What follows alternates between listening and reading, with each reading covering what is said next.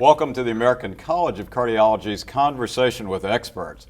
Now in this segment we're going to be looking at the latest science that has come out of the Heart Failure Society of America's 2013 annual scientific session. We're glad to have you with me. I'm Dr. Randy Martin and I'm joined by a great panel of distinguished experts. I'll start to my immediate left is Dr. Clyde Yancey. Clyde is the Chief of Cardiology at Northwestern University, the Feinberg School of Medicine. Good to see you, Clyde. Thanks so much. Randy. Next to Clyde is Dr. Marielle Jessup. Marielle is Professor of Medicine at the University of Pennsylvania in the Heart and Vascular Center. Good to see you. Thank you. Good to have you with us. And Dr. Jim Januzzi. Jim is Professor of Medicine at the Harvard Medical School and Director of the Cardiac Care Unit at the Mass General Hospital. Jim, good to see you. Thanks for having me. You guys look great, and we're glad to be together. Clyde, let me start with you. Yesterday, I think you chaired a session or moderated a session on heart failure readmission. I had a great title, Appropriate Focus or Misguided Efforts. Tell me a little bit about that. Well, thanks for raising the question because it really is an important consideration. You know, what's interesting is that we've got about 4 years of history now with this whole focus on reducing readmissions. It really came out of the Accountable Care Act deliberations. Right. And the intent has overtly been to reduce costs, to save money. Let's just put that on the table. Sure. So over the 4 years, we've been able to get over the shock and get over the questions about why it's there. And we've been able to start delving into the biology of the metric, that is, why is it there, what do we intend to accomplish, and we've been able to kind of backfill it with what's most important. What are the consequences for the patient? So we've had an array of investigators really bring focus to give us clarity on the metric, its strengths and weaknesses. So here is the super short version. Yes, it is an appropriate measure. We really should be cost sensitive. We should find ways to reduce avoidable readmissions, okay. And that's the key consideration. Too many efforts today are globally focused on heart failure readmissions, and let's face it, this is a tough disease. People are ill, and many times they need to be back in the hospital, and when you keep someone out of the hospital that needs to be there, unfortunately, very bad outcomes can occur. So the first part of the question, yes, it is an appropriate measure, but it is an imperfect deployment of the measure. That is, there's nothing physiologic about 30 days, there are unforeseen consequences, there is the potential for harm, and then moving that needle is hard. It is really, really hard. There are many efforts in the global healthcare space intended to reduce readmissions, but very few of those efforts really have an evidence base.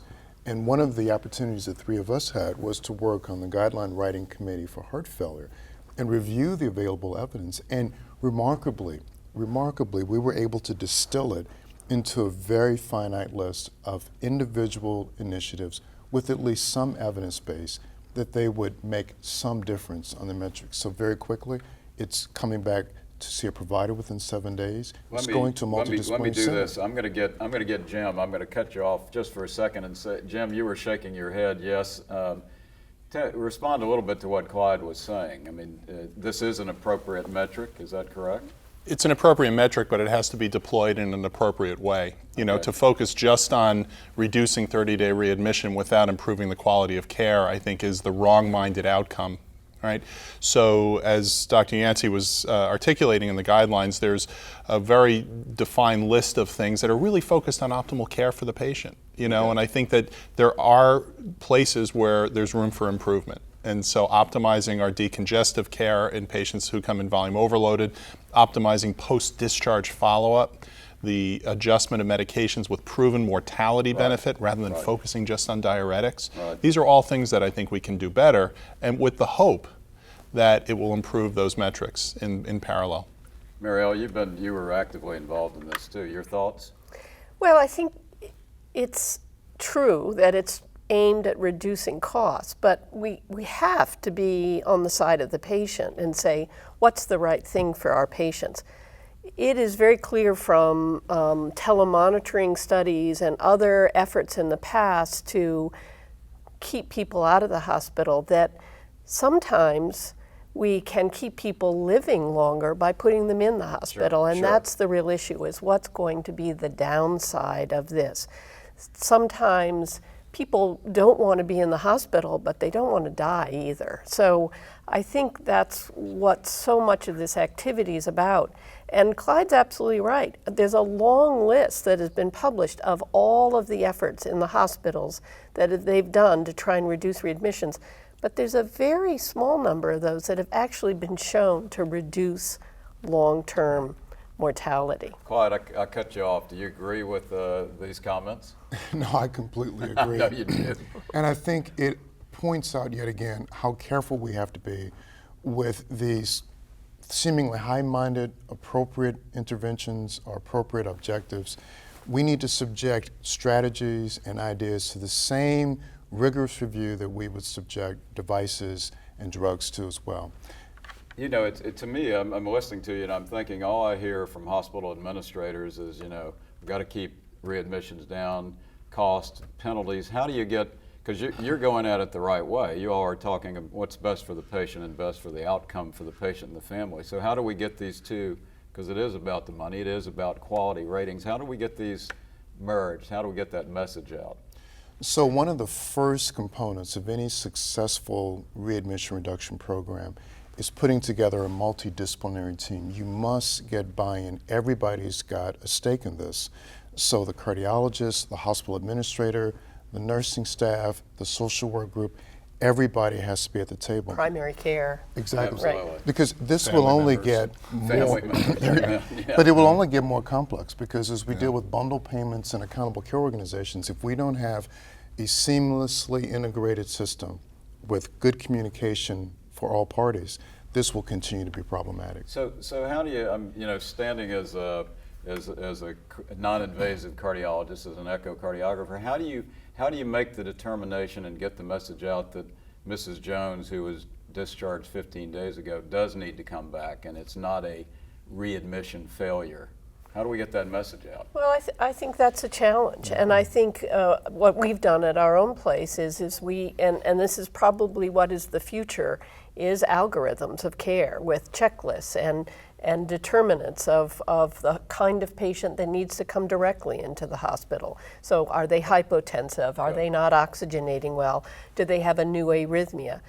The good news is that electronic medical records, which we're all turning to, have the capability of rapid access of past information and is really going to set up sort of a decision support for us so that we can quickly make a determination. Yeah. If they have these, the patient goes directly into the hospital, and you have to do what you have to do. You know, great points. Jim, you said and the family, and obviously, I mean, if people are lucky enough to have a caregiver with them or a concerned family member, but that teaching the patient and the family how to call for help and get help when needed is appropriate. No question. Education is critically important, right? And that's not only the patient, but also the family. And it's an iterative process.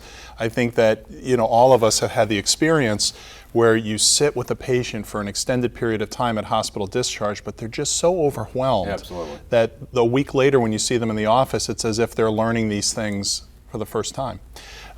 So education, not just about self-care, but also about their medications. We have them bring their medications to the MGH Heart Center when they come for their first visit to make sure that they're actually taking the correct medications. Understanding weights.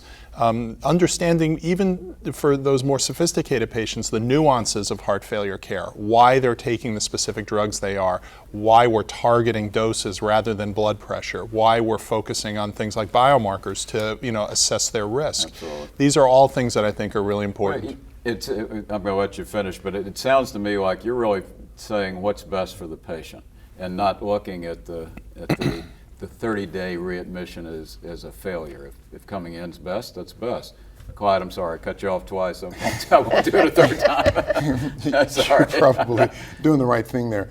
But there's one other dimension that we can't overlook, because when we talk about unforeseen consequences, it turns out that two disquieting observations have come to light. One, those centers that take care of a larger percent of economically challenged patients have a bigger problem with this. And so to what Jim was speaking, which is spot on correct, the kinds of services that will have to be deployed for that particular patient group are things that some of us have never conceived. Right, absolutely. So that's a big issue. The other thing is that our safety net hospitals are uniquely at risk for these penalties.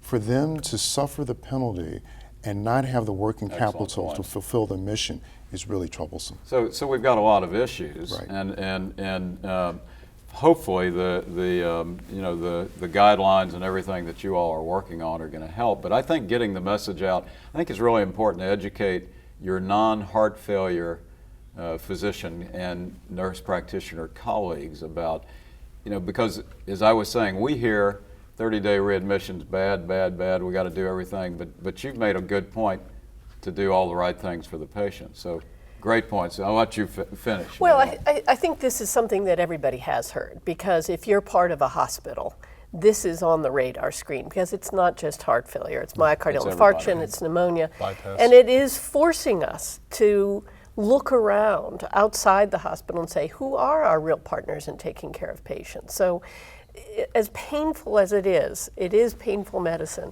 but to do the right thing for patients, we are forced to look at all of our partners for the sake of our patient. It's critical issue, and I think you have to get the message out to the consumers. One of the things I think we in medicine have never done is really tell people what we're trying to do, why we're trying to do it for them. Jim, final comments? It's all about good care for patients. Not every rehospitalization is preventable, and that's not a bad thing. I think that it's important to emphasize that rehospitalization is necessary to improve heart failure care. There's a substantial percentage of rehospitalizations that have nothing to do with heart failure that we get penalized for. Sure. And that brings to the fore the need to look at a patient in a more multidisciplinary way and re-examine how we do things, not only before the hospital, also in the hospital and after the hospital, to improve that care. There is one last thing to point out. Good things have happened because of this. We now have teams in hospital that are focused on streamlining care and trying to optimize the best possible outcome. And if we can continue to keep the patient in the center of this, it may turn out to be a very beneficial strategy. Excellent points. Well, I've learned a lot from you all. Thank you very much for joining us, and thank you for joining us. And we hope you'll stay tuned, because we'll have more for you shortly.